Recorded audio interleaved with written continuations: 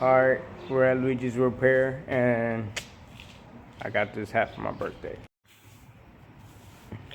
But today I got this Dodge Dart, and on this Dart we are doing an inspection and it's got a list of things wrong with it.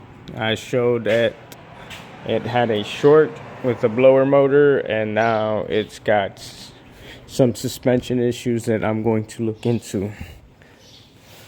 Where do I start? Well, I spun all the tires.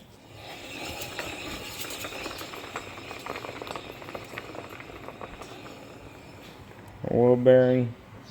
I think not. What's crazy is